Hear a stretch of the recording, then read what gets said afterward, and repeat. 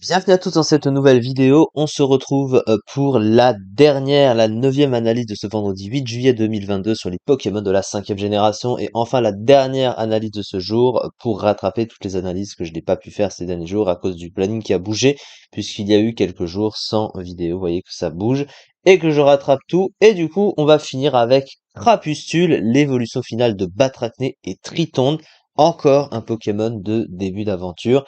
Du coup, Crapuscule, qu'est-ce que c'est en stratégie? Il possède déjà un type eau et sol. Eau et sol, c'est un type qu'on connaît avec un autre Pokémon, par exemple l'Agron, hein, le starter de la 3e génération.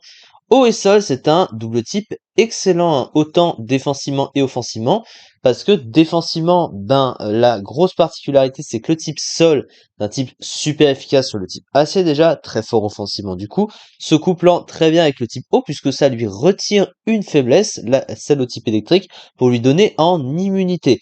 Pour n'avoir qu'une seule faiblesse, une double au type plante, qui est pas un type offensif extrêmement vu, et surtout ça lui donne 4 résistances en plus, hein, tout bénef, une résistance au piège de roc en plus, une résistance feu, aussi un des 3 types super efficaces sur le type acier, et 2 résistances poison et acier, ce sont pas des types offensifs très vus, mais il va pas s'en plaindre.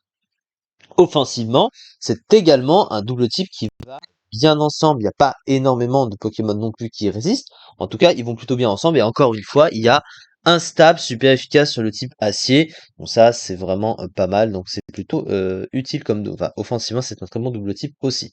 Au niveau des talents du Pokémon, il possède Toxitouche. Un Toxitouche, en fait, tous les moves de contact sur l'adversaire ont 30% de chance d'empoisonner ce dernier. C'est un talent situationnel, mais qui peut être utile si l'effet est déclenché.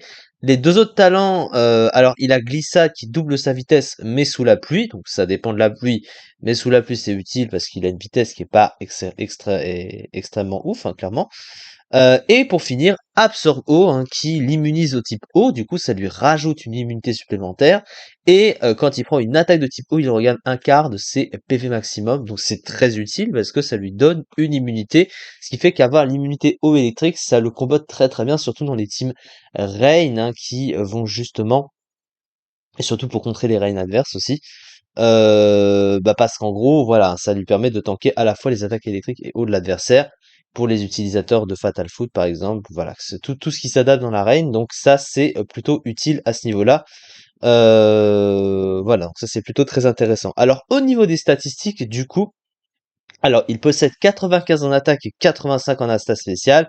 C'est pas des statistiques offensives extrêmement ouf, mais c'est correct. Son bulk, alors il a des défenses moyennes, hein, 75 dans les défenses, c'est pas extrêmement ouf non plus.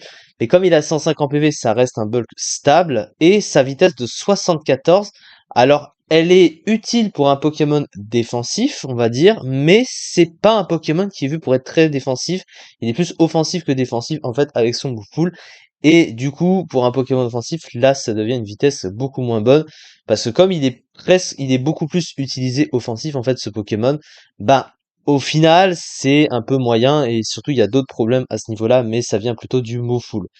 Alors, son Mouful, il est quand même plutôt bon, hein, il possède des options offensives assez larges.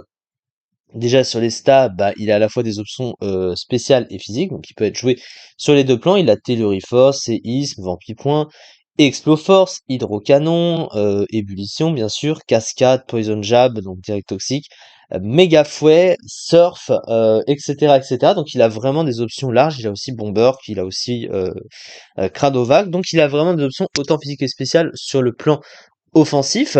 Par contre, là où ça devient gênant, c'est plutôt sur le plan du soutien. Parce que sur le plan du soutien, bah, il a pas grand-chose, hein. Clairement, il a les pièges de roc. Au moins, c'est un poseur de pièges de roc. Mais derrière, il a vraiment rien. Déjà, il a pas de bon de soin. Donc, pour un Pokémon qui pourrait être joué défensif avec un peu de bulk, ben, c'est dommage. Il a pas non plus de move de setup. Donc ça, c'est encore plus triste parce que ça veut dire, ben, qu'il tape pas non plus extrêmement fort, hein, avec les stats offensives qu'il a.